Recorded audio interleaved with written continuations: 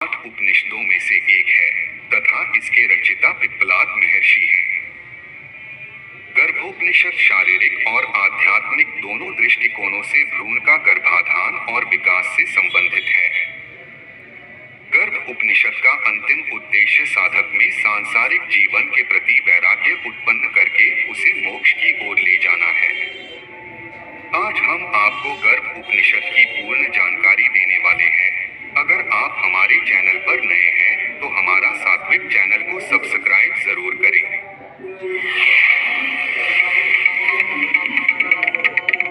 शरीर पंच महाभूतों से मिलकर बना है, जिसमें पृथ्वी जो कुछ भी ठोस है, जल जो कुछ भी तरल है, अग्नि जो शरीर की गर्मी है, वायु जो शरीर और उसके भीतर की सभी हलचलें हैं, आकाश जो वह स्थान जिसमें शरीर स्थित है और शरीर के अंदर की गुहाएं और नलियां स्थित है। हमारे शरीर में 5 ज्ञानेंद्रियां होते हैं, जिसमें आंखें देखने के लिए, कान सुनने के लिए, जीभ स्वाद जानने के लिए, नाक सूंघने के लिए तथा त्वचा स्पर्श महसूस करने के लिए काम आते हैं।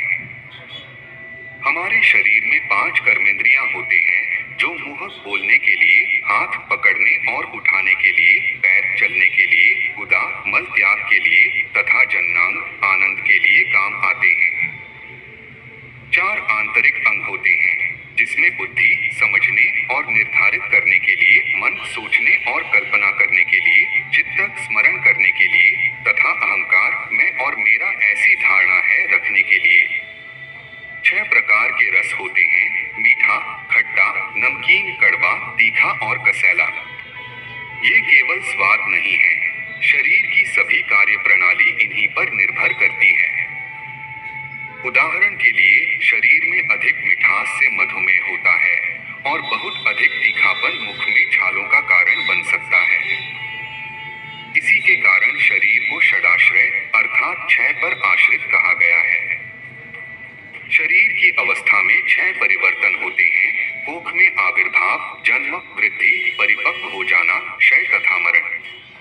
शरीर में 6 चक्र होते हैं, मूलाधार चक्र, स्वाधिष्ठान चक्र, मणिपुर चक्र, अनाहत चक्र, विशुद्धि चक्र तथा आज्ञा चक्र। ये सभी शरीर के भीतर प्राण की गतिविधियों के केंद्र हैं। अगर आपने हमारा कुंडलिनी जागरण वाला वीडियो नहीं देखा है तो उस ध्वनि के 7 प्रकार होते हैं, षडज, वृषभ, गांधार, मध्यम, पंचम, धैवत और निशा। राग और भक्ति जैसे गुण इन ध्वनियों के साथ मिल जाते हैं और बोली जाने वाली ध्वनि भाषण बन जाती है। शरीर में धातुओं के 7 तरह के अलग अलग रंग होते हैं। इन रंगों में रस का रंग सफेद, खून का रंग लाल, मांस का रंग कृष्ण, वसा का रंग धूम्र, हड्डी का रंग पीला, मज्जा का रंग भूरा और वीर्य का रंग पीला सा सफेद होता है। हमारे शरीर में धातु कैसे बनते हैं? सबसे पहले भोजन के रस से रक्त बनता है, इसके बाद रक्त से मांस, मांस से वसा, वसा से अस्थि, अस्थि से मज्जा, मज्जा से वीर्य। स्त्री पुरुष के मिलन के पश्चात नर मादा के प्रजनन पदार्थ मिलते हैं, जिसके बाद भ्रूण का निर्माण होता है, जो हृदय द्वारा नियंत्रित किया जाता है। गर्भ उपनिषद में गर्भधारण से लेकर जन्म तक सभी पड़ावों का वर्णन किया गया है।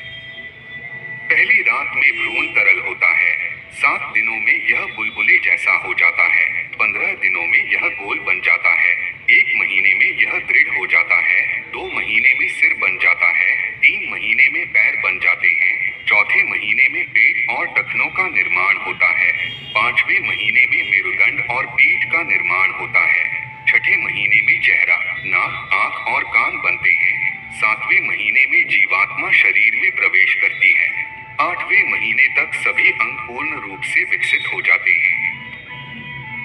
भ्रूण का लिंग निर्धारित कैसे होता है? अगर भ्रूण में पिता के अंश और असर ज्यादा होगा तो वह नर के रूप में जन्म लेगा। वहीं अगर भ्रूण में मां का प्रभाव ज्यादा होगा तो वह मादा के रूप में जन्म लेगी। चूंकि स्त्री को मैथुन से अधिक आनंद मिलता है, इसलिए अधिक लड़कियां पैदा होती हैं। लेकिन अगर दोनों के प्रभाव समान होंगे तो वह ना तो महिला बनेगा ना पुरुष। वह दोनों लिंगों अंगों को पूर्णतः अपना नहीं पाएगा और उसका जन्म किन्नर के रूप में होगा। यदि मैथुन के समय माता पिता को कोई चिंता या तनाव होता है तो दोषयुक्त बच्चे का जन्म होता है। इसके उदाहरण महाभारत में मिलते हैं। जब व्यास जी के समक्ष अंबिका ने डर के मारे अपनी आंखें बंद कर ली थी, तब उसका पुत्र धृतराष्ट्र अंधा पैदा हुए थे। और जब अंबालिका भय से पीली पड़ गई थी, तब उसका पुत्र पांडु रक्तहीन और बीमार पैदा हुए थे। यदि मैथुन सुखद और आनंदमय होता है तो बच्चे को पिता के सभी अच्छे गुण मिल जाएंगे। इसलिए मैथुन का स्थान, समय, क्रिया और आनंद बच्चे के स्वभाव को प्रभावित करते हैं। शुक्र या शोणित के विभाजन से जुड़वा बच्चों का जन्म होता है। यदि शुक्र और शोणित में से केवल एक ही विभाजित होता है तो जुड़वा बच्चों का लिंग समान होगा, और यदि दोनों विभाजित हो जाते हैं तो असमान लिंग के जुड़वा बच्चे पैदा होते हैं।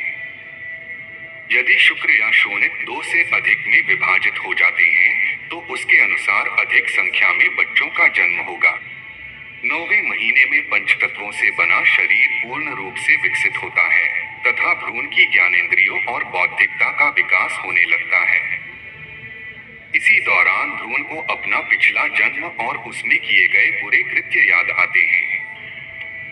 गर्भ में रहते हुए भ्रूण ईश्वर से यह कहता है कि कई योनियां पार करने के बाद, विभिन्न प्रकार के खाद्य पदार्थों को खाने के बाद, कई बार मां का दूध पीने के बाद और कई बार मौत को झेलने के बाद मैं यह जन्म ले रहा हूँ। वह ईश्वर से कहता है, मैं वादा करता हूँ कि मैं खुद को नारायण के प्रति समर्पित कर दूंगा तथा उनके नाम का जाप करूंगा और पूर्व जन्मों में किए गए पापों से छुटकारा पाऊंगा।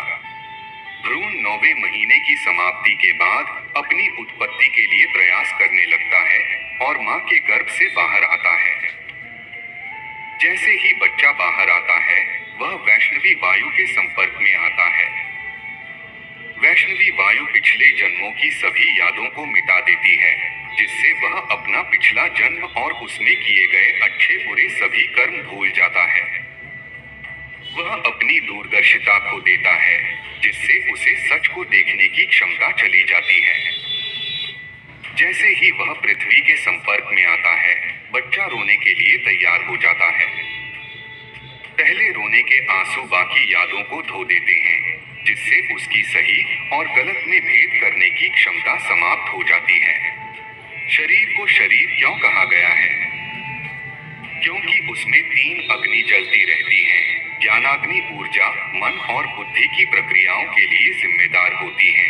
दर्शनाग्नि ऊर्जा यह संवेदी अंगों के माध्यम से जानकारी प्राप्त करती है। कोष्ठाग्नि ऊर्जा यह भोजन को पचाती है। शरीर की तुलना यागवेदी से की जा सकती है।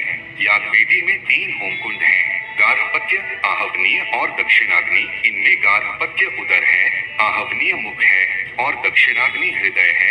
पुरुष स्वयं एक यजमान है और उसकी पत्नी बुद्धि है।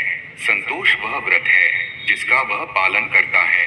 इंद्रियां और मन पात्र हैं तथा शरीर में विद्यमान देव पुरोहित हैं। ब्रह्मा मन है तथा यजमान जहाँ भी जाता है, देव उसके साथ रहते हैं।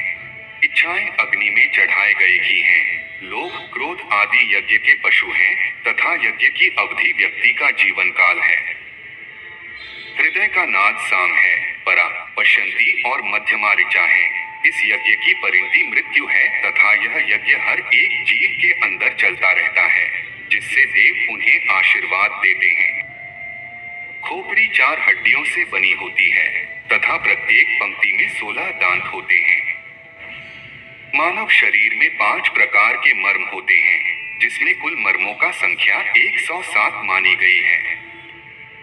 इन 5 मर्मों की संख्या इस प्रकार है: मांस मर्म 11, अस्थि मर्म 8, संधि मर्म 20, स्नायु मर्म 27 और शिरा मर्म 41। 72 नाड़ियां मर्म हैं। उनमें से 3 सबसे महत्वपूर्ण होता है: इड़ा, पिंगला और सुषुम्ना। भोजन रस, मूत्र और मल में परिवर्तित हो जाता है। वीर्य और शोणित का निर्माण भोजन से होता है। रक्त परिसंचरण सहित शरीर के अंदर सभी गतिविधियां वात की सहायता से होती हैं। प्रारंभ में भ्रूण का प्राण आज्ञा चक्र पर होता है, परंतु जब वह प्रसव के लिए तैयार हो जाता है तब यह अनाहत चक्र में उतरकर स्थिर हो जाता है।